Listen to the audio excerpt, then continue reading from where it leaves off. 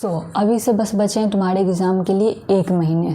12th वालों के तो एग्जैक्ट एक ही बचे हैं एंड 10th वालों के लिए लाइक थोड़े से ज़्यादा बचे हैं, 40 to 45 डेज। बट इसका मतलब ये मत समझना है कि तुम्हारे पास ज़्यादा टाइम है। अभी से तुम 1 महीना ही लेके चलो, तो मान लो कि दोनों के एग्ज़ाम बस 1 महीने में ही है। तो अभी से करना क्या है, देखो 2 टाइप के स्टूडेंट होते हैं। एक तो वो होते हैं ना कि जो वीडियो को देखते हैं और उसे फॉलो कर जाते हैं, और दूसरे होते हैं कि पहले एक वीडियो देखा फिर दूसरा वीडियो देखा एंड ऐसे लूप में फंस जाते हैं। तो प्लीज़ उस लूप में मत फंसो। कोई भी वीडियो देख रहे हो तो उसके बाद इम्प्लीमेंट करो। बस देखने से नहीं होता है, तुम्हें चीज़ों को इम्प्लीमेंट करना पड़ेगा।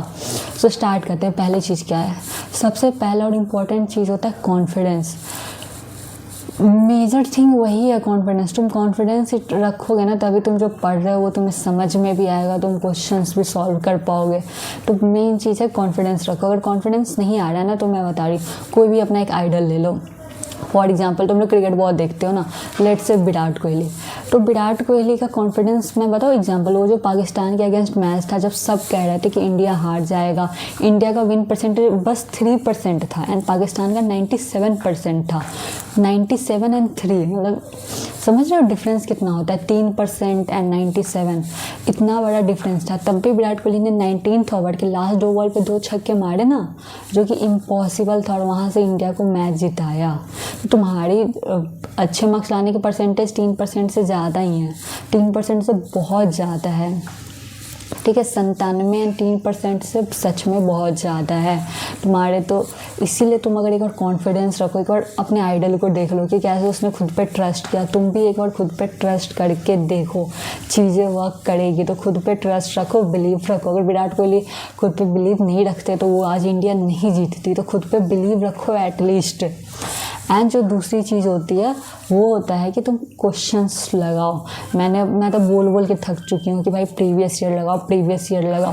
तो ये लगाने तो तुम्हें पहले स्टार्ट करने चाहिए थे। अगर लगा रहे हो पहले से तो बहुत बढ़िया, नहीं है तो अब से लग जाओ। अगर अब से प्रीवियस ईयर नहीं लगाया ना तो कुछ नहीं बचा सकता है तुम्हें। तुम ऐसे अभी लॉन्ग नहीं देख सकते हो सारे चैप्टर के लॉन्ग कॉन्सेप्ट्स। तो तुम क्वेश्चंस लगाओ और देखो, जिस चैप्टर को तुमने पहले थोड़ा सा पढ़ रखा है, थोड़ा सा भी, तो उसमें क्या करना है, उसमें तुम डायरेक्ट क्वेश्चन के साइड जाओ। उस पर ज़्यादा फिर से थ्योरी में घुसने की जरूरत नहीं है। क्वेश्चन प्रैक्टिस करोगे, चीज़ें साथ में समझ में आ जाएगी।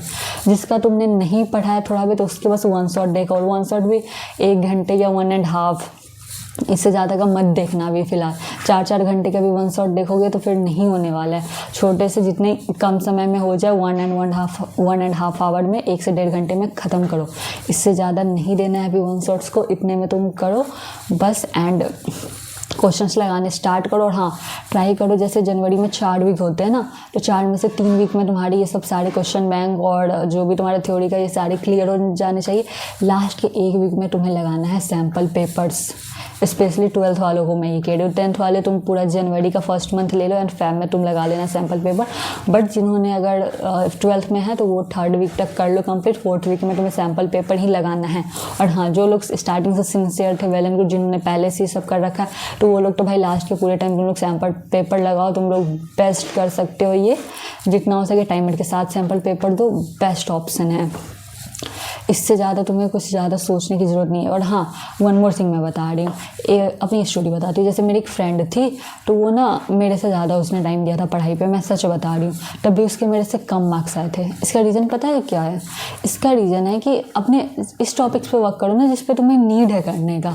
अब जैसे मैंने तो ऑनलाइन ही क्लास लिया था, तो मैं ऑनलाइन ही पढ़ती थी, ऑनलाइन ही अपना मैंने जो भी क्लासेस करती थी, बाकी question bank and sample paper solve किया था। मैंने भी यही चीज़ें फॉलो करी थी, मैंने भी कुछ ऐसा अलग से नहीं फॉलो किया था, ठीक है।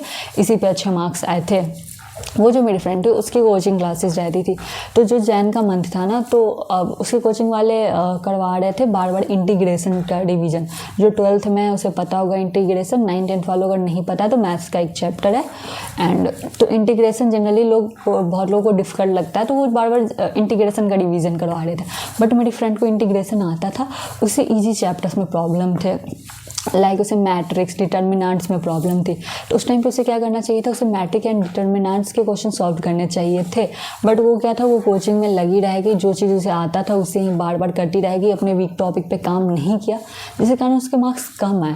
तो देखो तुम्हें किस पे पढ़ने का ज़रूरत है। अगर अभी देख तुम्हारे कोचिंग वाले तुम्हारे अगर सही चीज़ करवा रहे जो तुम्हारे काम की है, तो तुम जाओ कोचिंग, नहीं तो थोड़े दिन कोचिंग छोड़ दोगे ना तो कुछ प्रॉब्लम नहीं हो जाएगी। हाँ, अगर तुम्हारे कोचिंग वाले अभी तुम्हारा टेस्ट सीरीज कोई दे रहे हैं या फिर तुम्हारे कोचिंग में टेस्ट हो रहा है, तो ये सब इंपॉर्टेंटली ये सब दो, ये सब बहुत इंपॉर्टेंट है, क्योंकि यही सब चीज़ से तुम खुद को जज कर पाओगे कि तुम एग्जाम में कैसा परफॉर्म कर रहे हो।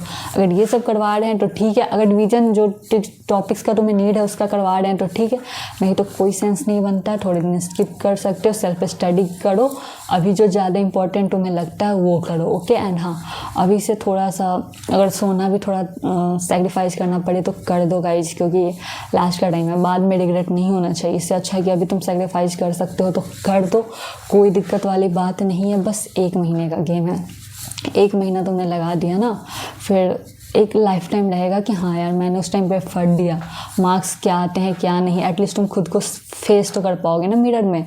अगर अभी तुमने आलस दिखा दिया ना, बाद में खुद को फेस नहीं कर पाओगे, ठीक है। तो इसीलिए एटलीस्ट अभी जितना एफर्ट दे सकते हो दे दो, बाकी कुछ नहीं सोचना है कि क्या है, बस तुम क्वेश्चन लगाते रहो ना, तुम्हें खुद में कॉन्फिडेंस भी आते रहेगा। तो क्वेश्चंस लगाओ, जो नहीं आ रहे हैं वो पढ़ो, और अभी तो तुम्हारे पास ChatGPT भी है, वो तुम्हें स्टेप बाय स्टेप समझा सकते हैं, तुम यूज करके देखो, उसका बहुत अच्छे से समझा देगा।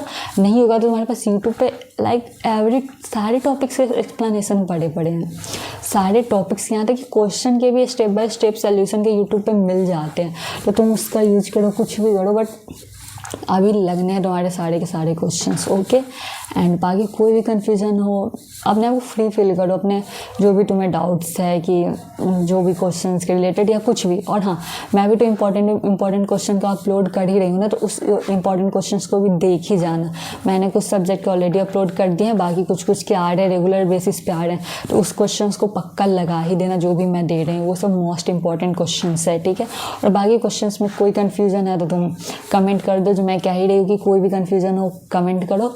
एंड हाँ, ऑल द बेस्ट, पढ़ते रहो क्योंकि टॉपर बनना है ना।